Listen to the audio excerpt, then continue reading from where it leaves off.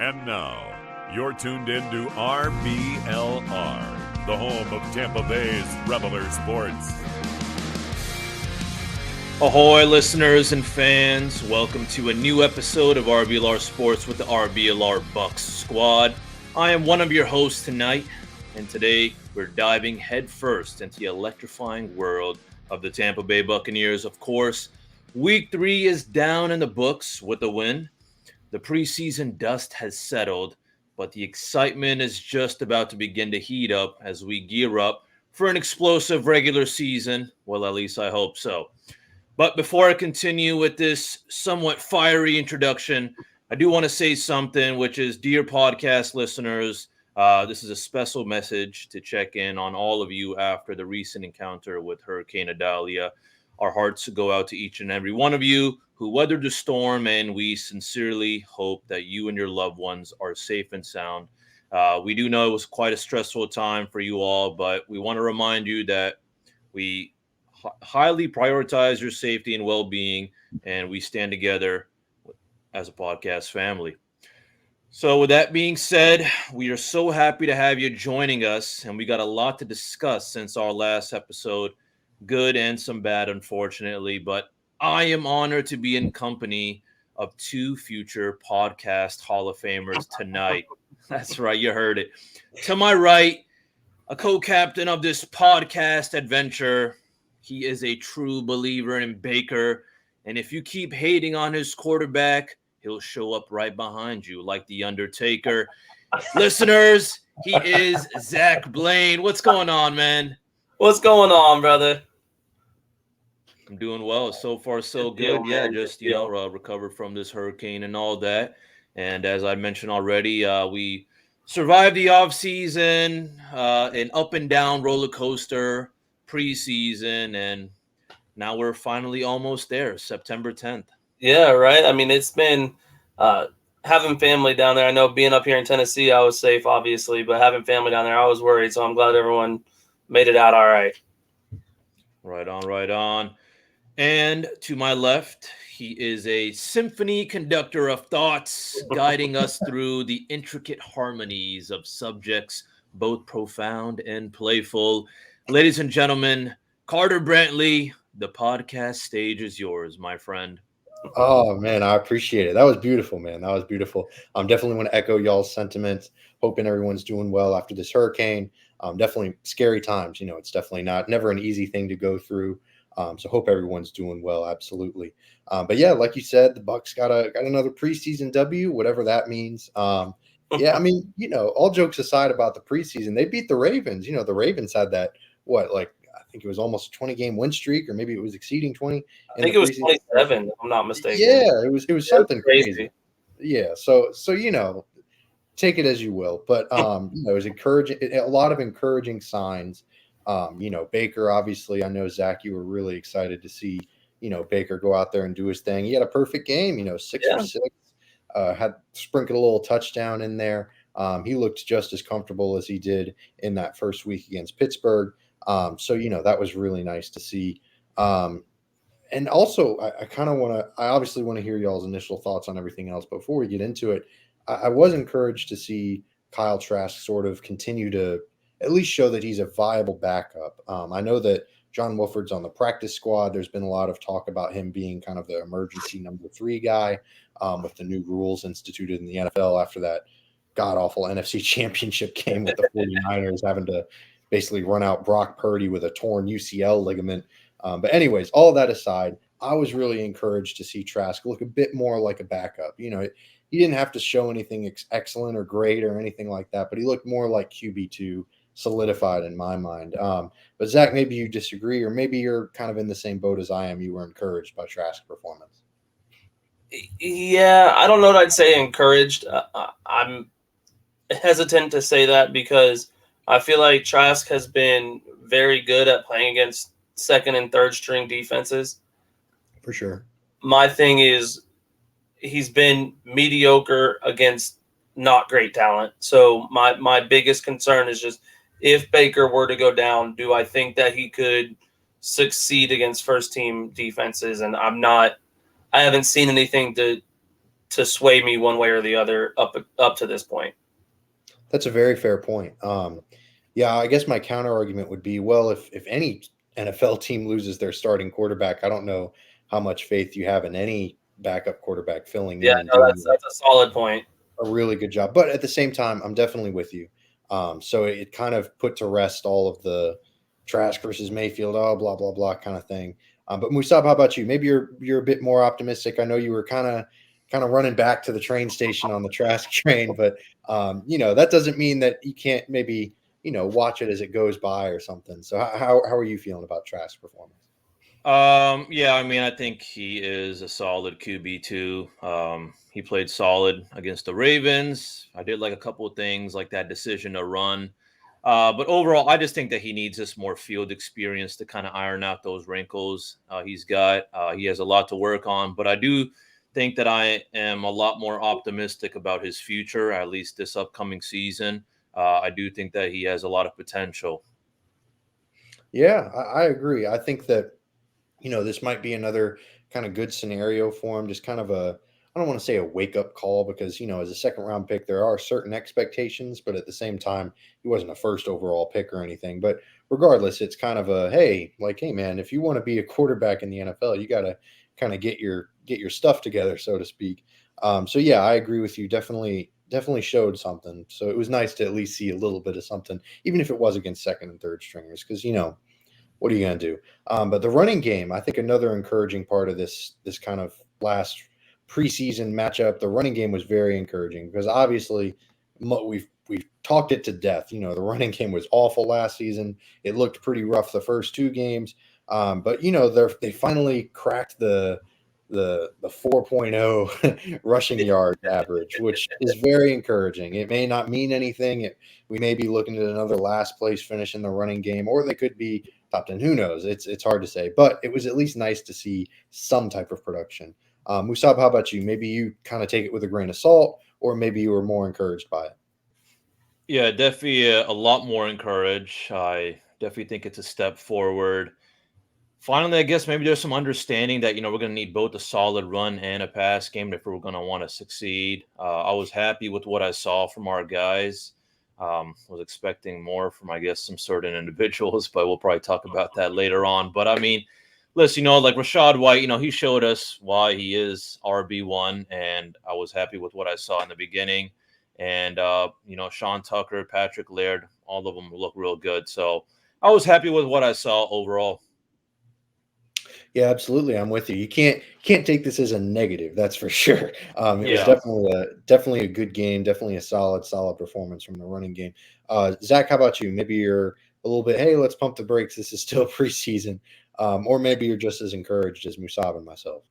Yeah, I mean, I'm normally the negative Nancy, and I will admit to that. But I was impressed with our run game. I think that it helped a lot with. I mean, we've run the most play action passes this season, this preseason. We're first in the league, so I think that it shows that Canales is going to have just a really good game plan, and it seems to be maybe the fact that we're running play actions has to do with why we are running the ball better. And I think it's just something that we're going to see a lot of this year, and it kind of pumps me up. I hope that Rachaad White can prove me wrong about everything I've said in this offseason, and I want him to be successful. Musab nailed it on the head. There was kind of one outlier to that to me this preseason, and we'll probably talk about it later. Yeah, we'll get right into it. Hey, why not? The 53-man roster is out following the preseason game. The last preseason game of the year. Everyone's kind of having to make some difficult decisions, and the Bucs didn't really make the difficult decision that maybe we thought that they were going to make. We'll stop beating around the bush. Keyshawn Vaughn. We thought maybe he deserved to get the axe, or at least maybe bring in some other competition. I don't know, but it seemed like things just weren't working out. He didn't necessarily play poorly against Baltimore, but it still was really discouraging those first couple of weeks. It's hard to shake the stat lines that he was putting up. So yeah, it's Rachaad White, Edmonds, Vaughn, and the undrafted rookie Sean Tucker. So we'll start there at the running back position. There's been kind of some talk and some rumors. It's not listed on the depth chart, but Rick Stroud said, "Oh, well, Sean Tucker is my RB2 for the Bucs," and like, I'm not upset about it. I'm not mad at it. Whatever. I don't know. I wanted to hear what y'all's thoughts were about Sean Tucker being RB2. Zach, we'll start with you. I think he should be RB2. On the depth charts, it's saying he's RB4. I don't disagree with that. I think that he showed me the most out of everybody this preseason, and I think that should have been rewarded. I'm hoping that he'll get the touches to kind of get him into the feel of playing against first-team defenses. That's my only concern, is the same thing I said about Trask, where we haven't really seen him against teams ones. Right. We haven't. So I'm hoping that he'll get touches to go against some of these number one defenses and see kind of where he's at then. But if we're just taking in preseason into account, I think that he should be worlds and above RB2. Fair enough. Yeah, I mean, it was hard with the draft because a lot of people had Tucker as kind of not an upper echelon running back, but at least a solid get. But he was a day 2 pick coming into it for sure. He had the heart condition, so obviously so far so good in that regard, and obviously hope continued health for him. And that's great. It means that he made an NFL roster, and hopefully he can kind of stick around and just keep doing what he's been doing. Musab, how about you? Maybe because in my opinion, it's kind of like, well, he did a great job in the preseason, but he's an undrafted rookie, so maybe he's got to kind of cut his teeth a little bit more before you can really move him up there. But Musab, maybe you disagree. Maybe you're more like Zach and you want to see aggressive. Hey, he's the second best running back that they've got, so put him there. Maybe you're more like Zach in that regard. What are your thoughts? Yeah, I think he's the second best running back we got as of right now. I was really happy with what he did during this preseason. I think what I'm really looking for more than anything towards, the regular season starting is I don't want to see potential. I understand that, he's going to have his moments where he may not, be balling out too much as we were expecting him to be. But what I'm hoping is for him to just be a good backup behind White. For him to show us that he has potential and that he can kind of succeed as time goes on. I'm hoping that, he kind of really makes a name for himself towards the end of this season. Absolutely. Yeah. And I think it's really important to note that he's kind of a change of pace back. Rashad's very, an elusive kind of guy. He can be pretty quick, and he's got some decent hands, so he can be a good receiving back as well. And Tucker's more between the tackles kind of guy. So I'm not saying he's going to put up the Jameson Williams type productions that he did last season, but he could maybe be kind of that guy. Maybe in goal-to-go situations, they bring in Tucker more of kind of a, just a wrecking ball, so to speak, just to try to pound it into the end zone. So that would be good. I see him playing kind of like the Mark Ingram role in New Orleans. Yeah, I like that as well. Guy, someone that if we're 3rd and 4, like we can just run him right up the middle. He's going to get at least 3 yards falling forward. So, that's kind of the role that I could see him playing. If he turns out to be like Mark Ingram, I think that would be fantastic. That would be wonderful. 100%. Mark Ingram, very, very productive player in his time. But now we're going to move on to kind of surprises. Because every 53-man roster is going to have them, whether they're good or they're bad, or maybe they're somewhere in between. So, I mean, we'll kind of just, are there any guys that you looked at? Zach, we'll start with you. Are there any guys that you looked at and you thought, oh, I wasn't really expecting his name to pop up on that sheet? Or maybe there are some guys that you thought, oh, I'm surprised they're not there. Kind of some surprises in both of those areas. Who are they? Yeah, I think a surprise to be there was Keyshawn Vaughn. I don't think that he showed anything this preseason. The last game against Baltimore, he was decent, but up until then, he'd been, in my opinion, towards the bottom of the totem pole of running backs that we had.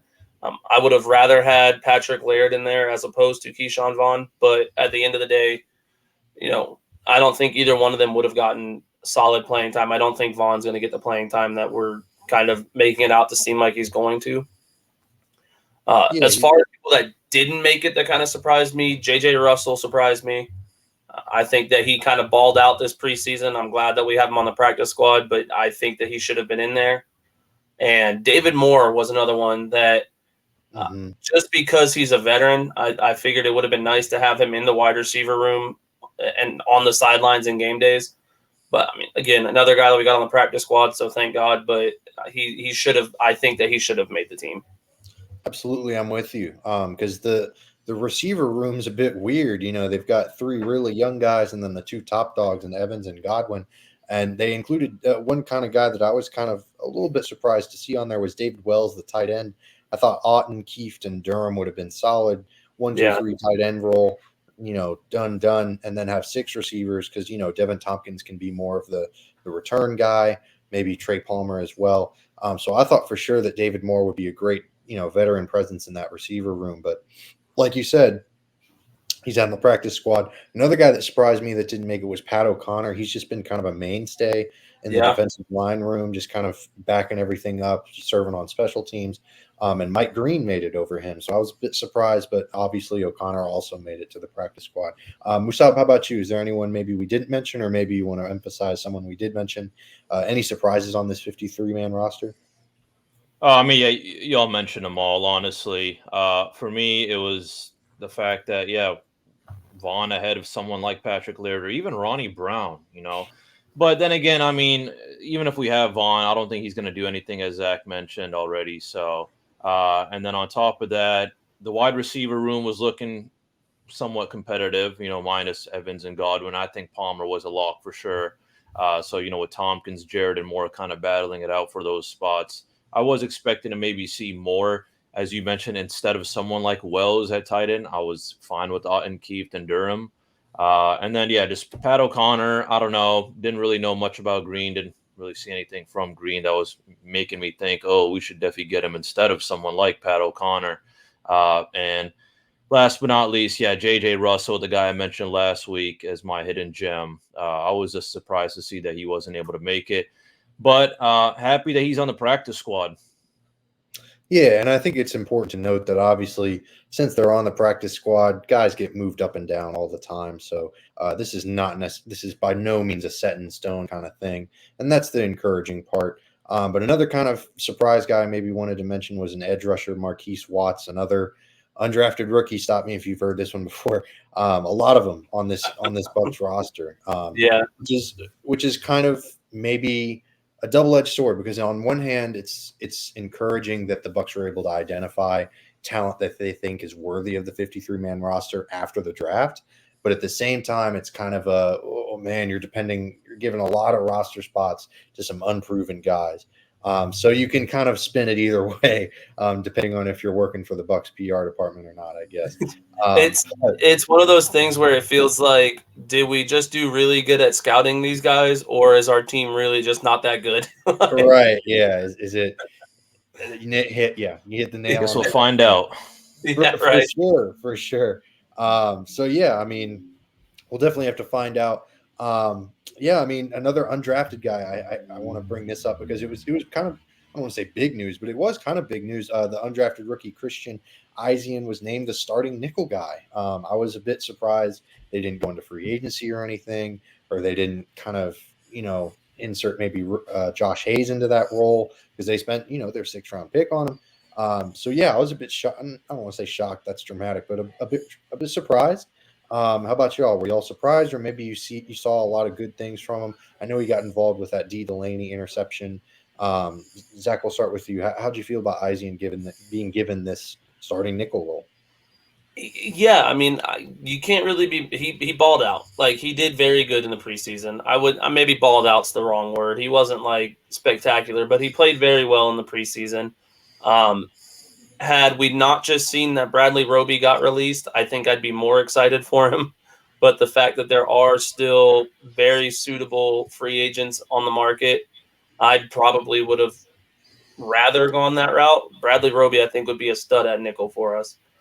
But I'm not mad about it. I was kind of surprised, though, I guess is probably the right thing to say. For sure. And I think the tough part about it is that obviously we've talked ad nauseum about the cap situation, and I think that plays a huge role in it. And, if at this point, I feel like if the Bucs are going to bring in any free agency help, it probably would have happened by now, unfortunately. Agreed. I just don't think it's in the cards. Musab, how about you? Were you maybe you're a bit more happy with it than me and Zach are, or maybe you're kind of in our boat, kind of in a wait and see mode? Yeah, I'm gonna wait and see, Mo. It's definitely surprising for me as well, just to all these undrafted free agents, to make it on our team, and then for someone like him to be our starting nickel. Um, I will say that he's got some pretty good speed. He does lack that height, but I mean, I think he can make up for it. I know that he has some kind of that safety background, and I think that makes him sort of a ideal candidate. But I don't know. It shouldn't be too much of a problem having him as our starting nickel. If he can continue to shine like he did for us in the preseason, I think he can be a stud for us. For sure. And I mean, you just got to wait and see with a lot of these guys.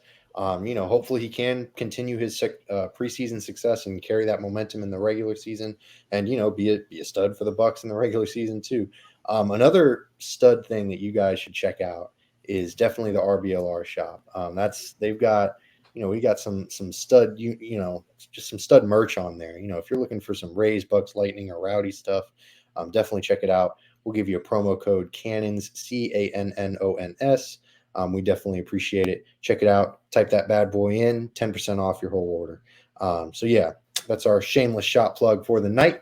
And moving on to our second half of the show, we want to start with the player of the week from this past week. I know it's kind of been the preseason's always tough to give out a player of the week award because guys are getting limited snap opportunities. But my player of the week, it's kind of a slam dunk. Baker Mayfield. He had a fantastic game. Just kind of really building some confidence. It seems like going into week one, which I must admit, with the start of with the start of training camp, I didn't see it coming. He looked rough out there. He had obviously all those interceptions, but he's turned it around. So good for him. Musab, how about you? Who's your player of the week from this past week? My player of the week's got to go to Trey Palmer, just to solidify him being, wide receiver 3.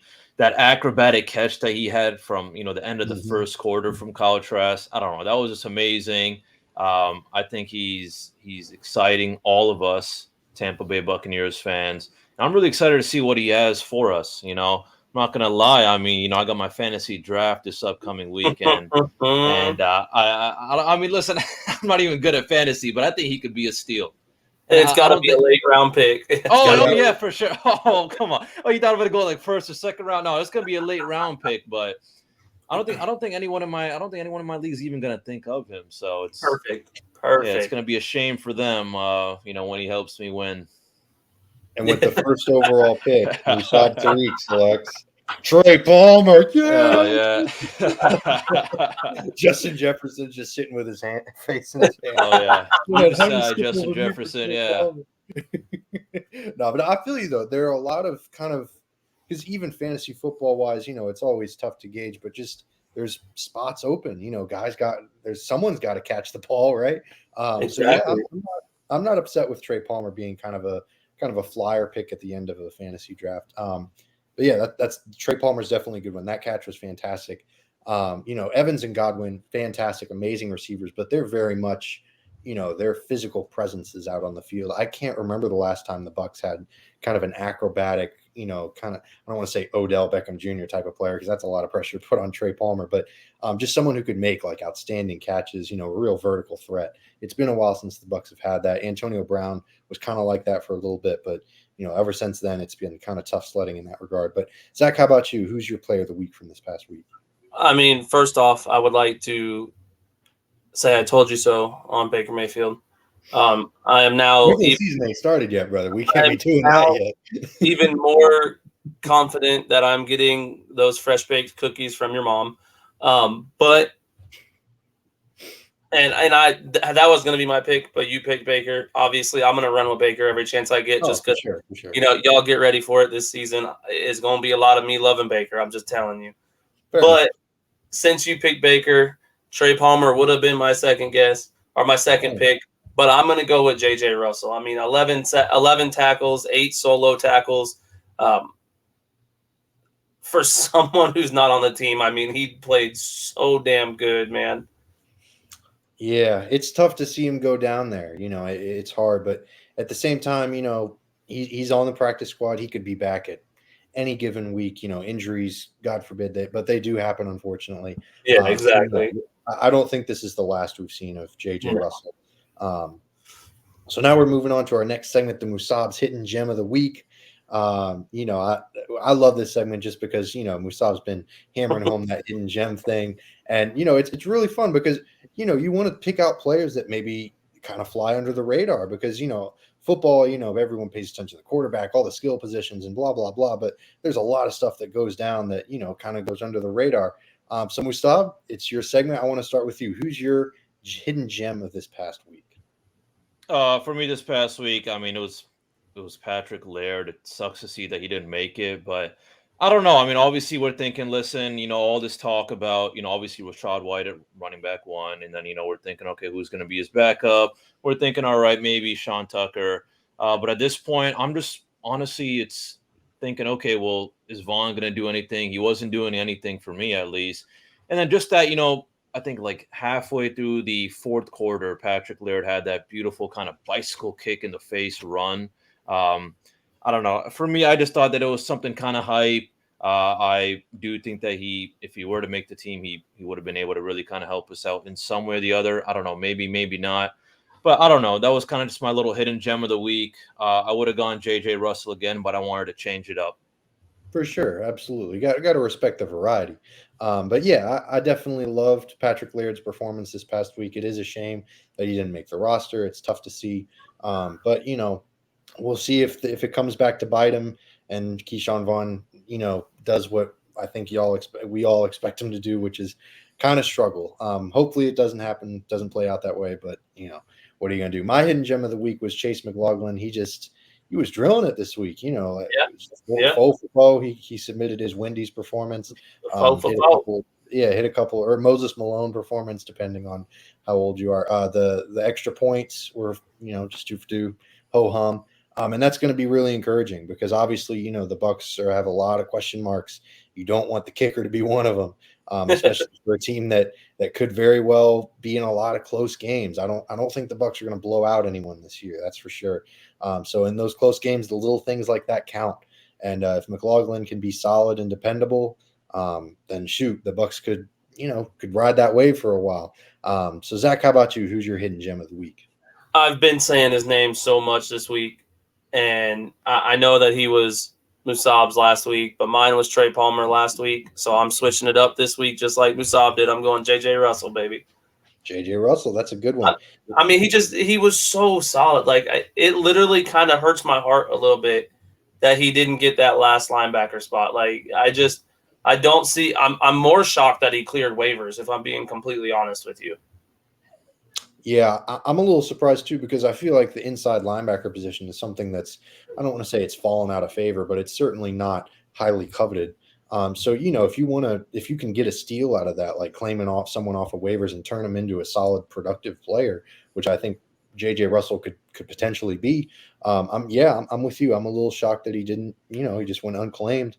But you know, at the same time, kind of happy because that means he stays in a Bucs uniform potentially. Exactly. So you know. You live and you learn. So we're moving on to some other big news that happened last week. We kind of already discussed it. Ryan Jensen, unfortunately, done. And, you know, it looks like it might be career ending, unfortunately, which is tough. You know, he's obviously played a huge role in the Bucs offensive line and their success in the past few years in the Brady era and before and after. But, you know, unfortunately, it looks like they're having to kind of prepare for the days without him. Is Robert Hainsey the answer moving forward? Because obviously they spent that 3rd round pick on him. He played quite a bit last season with Jensen out for the season. Or do you see them maybe investing in that position in the draft or maybe free agency? And how much of a factor did he play in how poor the run game was last season? You know, just kind of your overall thoughts on Robert Hainsey. Zach, we'll start with you. Yeah, I mean, it sucks to see Ryan Jensen go down. For sure.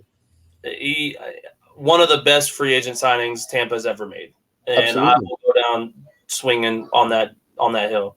Yeah, but I feel like I kind of a few weeks ago when we said that he wasn't going to be playing in any preseason, he was injured still. I feel like I mentioned that maybe he was done, and like that's one of those times where I hate to be right. For sure, because I wanted him to come back so bad. Yeah. As far as Robert Hainsey goes, I don't think we can put it all on him for the run game being bad last season. 100%. Absolutely. I think our whole line was kind of in shambles last year. So it's kind of nice to feel a little more confident going into this season about our line, that maybe Robert Hainsey's shortcomings can be covered up a little bit more. But I think that it almost has to be addressed in either the free agency or draft. I'd almost rather it be free agency so that we can, we know what we're getting when we sign a free agent, as opposed to hoping that someone's going to translate from college to the NFL. But at the end of the day, it's got to be, we got to figure out who our quarterback's going to be in the future, because we kind of want his input on what he wants as well, because that relationship, quarterback center relationship, is important. So I think it's going to be interesting to see kind of if Baker balls out, is there anyone that Baker wants? Or if Trask is the guy going forward, is there anyone that Trask wants? So it's one of those things where there's so many different things that go into it that it's hard to tell right now until later on, in my opinion. Absolutely, a lot of moving parts. Yeah, and it's an important decision. I love the fact that you brought up the quarterback center relationship, because people don't think about that very much. They think center, it's just kind of a cog in the offensive line machine. Like, no, it's a Ryan Jensen, I think, is one of the biggest reasons that Tom Brady was okay with signing with the Bucs, and 100%. He seemed like he had a great relationship with him. So yeah, I'm with you. It'll be important for the quarterback to have some input on this position decision moving forward, whoever it may be. Musab, how about you? Maybe you're a bit more optimistic about Hainsey, or maybe you're kind of a little bit in our crowd and not exactly super thrilled about the idea of Robert Hainsey being the starting center moving forward. For now, I just say we move forward, see what he's able to do. I mean, he has experience under his belt, playing last year. And I think it was kind of the whole offensive line that was a factor in, our poor run game. I don't think it was just him, as Zach mentioned. But I'm hoping things change. I hope he improves. I just think that, more than anything, as he's gaining more and more experience, and maybe it's just him realizing that, this is really it, no more Jensen at all. He's really got to pick it up if he wants our team to succeed. This is already a team that's not, or, is looked down upon, really. So that's it, though. Yeah, maybe we find someone in free agency, but I don't really want anything in the draft, just because it's always a hit or miss sometimes with these kind of things, to see if someone's going to really adjust well from college to the NFL. That's really about it. Yeah, I mean, the center position is a very difficult one to learn in the NFL. It's I don't want to say it's super rare to see someone step in and just immediately succeed at the position, but it's not easy. It's certainly not. None of it's easy, but especially the center position, I feel like guys just move quicker. It's a tougher transition for sure. And you don't want to spend another third round pick on a center that just doesn't work out. It's kind of the constant revolving door. You don't want to make the same mistake twice. The definition of insanity, all that. So yeah, I'm with y'all. Free agency might be a better route, but also the salary cap situation. Salary cap. We're always going to be saying that. It's just it is what it is. So we'll have to see how they adjust moving forward. But we're kind of coming to the end of the episode. I want to thank our listeners for tuning in, and also I wanted to thank y'all for voting in the Best of the Bay. We're kind of I think the voting is pretty much closing soon. And we really want to appreciate y'all, regardless of what the result is. We know that y'all were, coming in hot and voting us. So we really appreciate it. We also appreciate y'all tuning in. And if you really enjoy what you heard, definitely feel free to hit that like and subscribe button. You can also find us on social media at RBLR Sports, Facebook, Instagram, Twitter, and TikTok. You can see my boy Zach Blaine shooting up some fire TikToks about the Bucs. So definitely check us out there. So thanks again, and as always, go Bucs.